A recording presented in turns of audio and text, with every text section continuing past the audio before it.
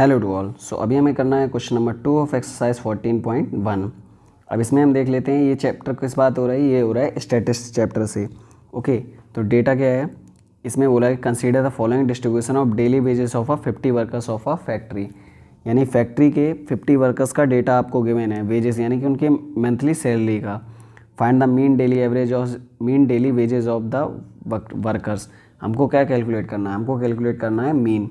Okay, अब जो हम मेथड इस वाले डेटा के लिए यूज़ करने वाले हैं उस मेथड का नाम है एज्यूम्ड मीन मेथड। इसमें बोला भी गया है कि एप्रोप्रिएट मेथड का यूज़ करो। तो यहाँ पे जो मेथड यूज होगा उसका नेम क्या है, एज्यूम्ड मीन मेथड। आप चाहें तो किसी भी मेथड से कर सकते हैं, सारे के सारे सभी से वैल्यूज सेम आने वाली हैं। ओके, ये जो मेथड है इसका नाम है एज्यूम्ड मीन मेथड। अब इसमें क्या होता है, इसमें हम कुछ अजम्पशन वगैरह करते हैं, इसलिए इसका नाम एज्यूम। इसका फॉर्मूला क्या होता है मीन का, इसके मीन का फॉर्मूला जो होता है ये होता है a plus summation of f i u i by summation of f i. Multiply हम किससे कर देते हैं, मल्टीप्लाई कर देते हैं एच से। ओके, बाकी हमने क्लास मार्क के बारे में आपको पता ही होगा। क्लास मार्क क्या होता है, जो हमें अब आगे इसको हम यूज़ करेंगे सीधे टर्म्स का डायरेक्ट यूज़ क्लास, और बाकी हम इसको लास्ट में और भी अच्छे से डिस्कस कर लेंगे।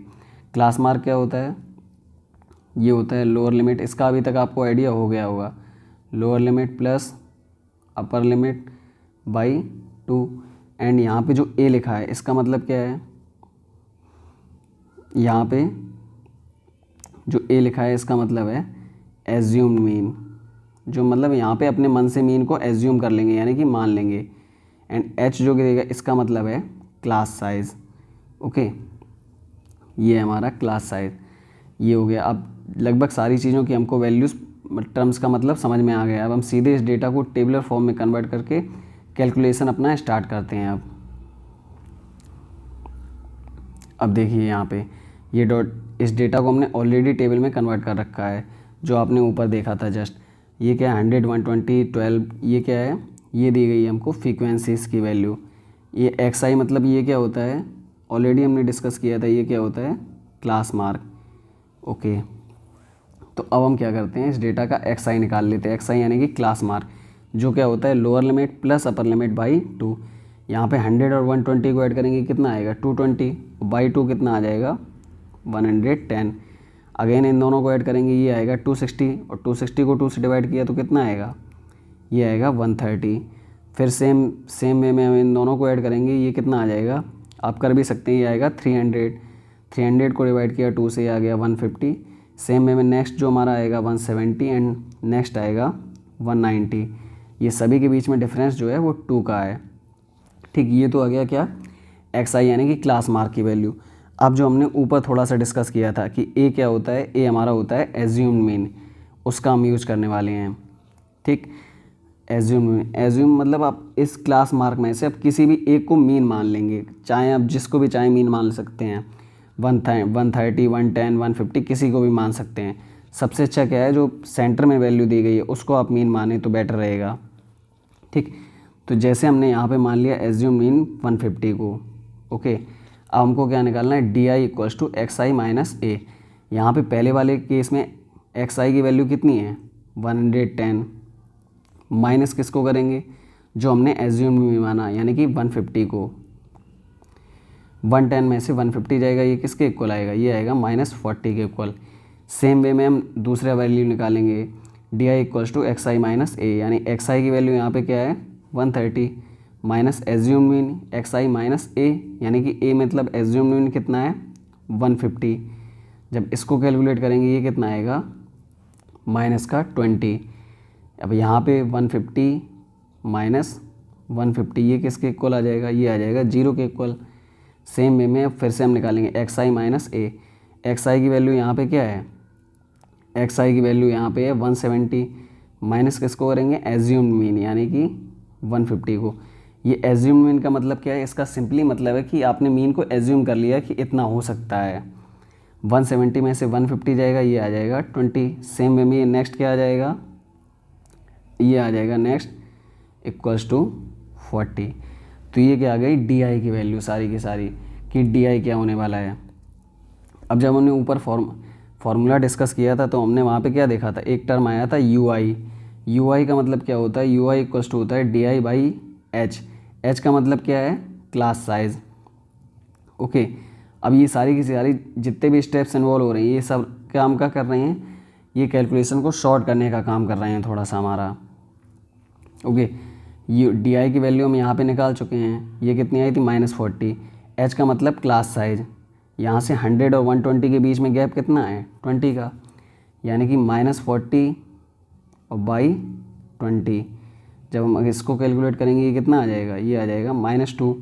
सेम वे में नेक्स्ट डी आई की वैल्यू कितनी है, -20 एंड क्लास साइज यानी कि एच 120 और 140 के बीच में गैप कितना है, अगेन 20, ये कितना आ जाएगा -1। अगेन सेम आप देखेंगे डेटा क्या है, इसकी डी आई की वैल्यू 0 बाई क्लास साइज सभी के लिए क्या है, सेम है, 0 बाई 20 कितना आएगा, 0।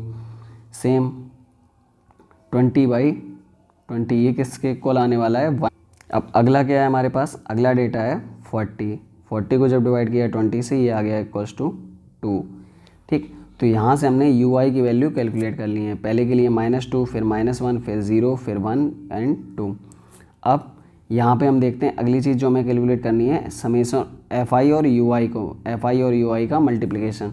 अब देखिए जब डायरेक्ट मेथड से अगर हम इसको कैलकुलेट करते तो हमें एफ आई और एक्स आई का मल्टीप्लाई करना होता। अब यहाँ से आपको ये क्लियर हो जाएगा कि एज्यूम्ड मीन से एक्चुअल हमें फ़ायदा क्या हुआ।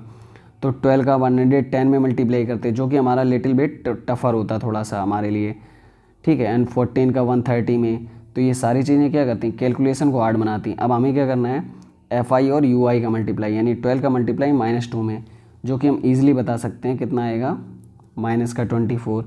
14 का -1 में किया, ये कितना आएगा, -14।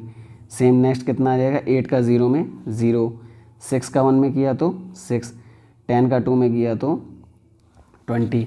ये किसकी वैल्यूज़ आ गई, ये आ गई वैल्यूज़ हमारे पास summation of f i u i की। अब यहाँ पे हमें क्या निकालना है, इस वाली टेबल में हम निकाल लेते हैं टोटल, यानी कि जो आएगा ये आएगा summation of f i u i. इन सभी को आप टोटल करिए, ये कितना आने वाला है, ये आने वाला है इक्वल्स टू -12। अगेन दूसरी चीज़ हमें फॉर्मूले में क्या चाहिए थी, एक तो summation of f i u I and दूसरा क्या चाहिए था, समेशन ऑफ एफ आई। तो यहाँ पे हम ये क्या है, एफ आई की वैल्यूज़ दी गई, इनका जब हम टोटल करेंगे तो ये कितना आ जाएगा, ये आ जाएगा इक्वल्स टू 50। अब ऑलरेडी जितनी भी चीज़ें हमें लगभग चाहिए थी हमने यहाँ पे कैलकुलेट कर ली हैं। अब हम आगे बढ़ते हैं क्वेश्चन में और इसको फिनिश करते हैं। तो अभी तक हमने इंपॉर्टेंट पार्ट तक ऑलरेडी फिनिश कर लिया था, जिसमें हमने summation of f i u I and summation of f I calculate कर लिया था। अब हमें क्या निकालना है, हमको डायरेक्ट मीन निकालना है। तो हम मीन निकाल सकते हैं। मीन का फॉर्मूला हमने ऑलरेडी देखा था, क्या होता है, मीन होता है a plus summation of f i u i by summation of f i into h, h यानी कि क्लास साइज।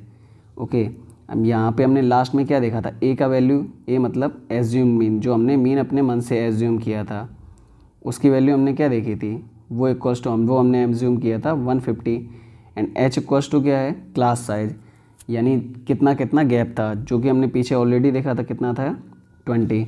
अब हम ऑलरेडी वैल्यूज़ को पुट कर सकते हैं। ए की जगह पे 150 को रखा प्लस समेशन ऑफ एफ आई के यू आई की जगह पे क्या आ जाएगा, ये आ जाएगा equals to -12 by summation of f i 50 multiply किससे करेंगे, एच, एच मतलब कि यहाँ पे हम कितना रखने वाले हैं 20। अब जो कैंसिल होता है उसको कैंसिल कर लेते हैं, यहाँ से ये 0 से 0 गया। ओके, अब देखते हैं ये कितना आ जाएगा 150 प्लस 12 और 2 का मल्टीप्लाई माइनस का 24 बाई 5। अब 150 प्लस ये कितना आ जाएगा 5 4 जा 20 एंड 5 8 जा 40, ये किसका आएगा, ये आ जाएगा माइनस का 4.8। 150 माइनस 4.8 जब हम इसको सॉल्व करेंगे ये कितना आ जाएगा, ये आ जाएगा हमारे पास 145.2 के इक्वल। यानी मीन जो हमने कैलकुलेट किया है वो कितना आ गया, मीन हमारे पास आया है 145.2 के इक्वल्स टू। यहाँ पे हमारा ये क्वेश्चन लगभग फिनिश हो जाता है। एंड वन मोर थिंग कि हमसे कौन सा मेथड हमने यहाँ पे यूज किया है, वो है हमारा एज्यूम्ड मीन मेथड, जिसके बारे में हम डिस्कस कर चुके हैं। रीज़न है क्योंकि ये कैलकुलेशन को ईजी कर देता है। यहाँ पे क्वेश्चन फिनिश होता है। Thank you.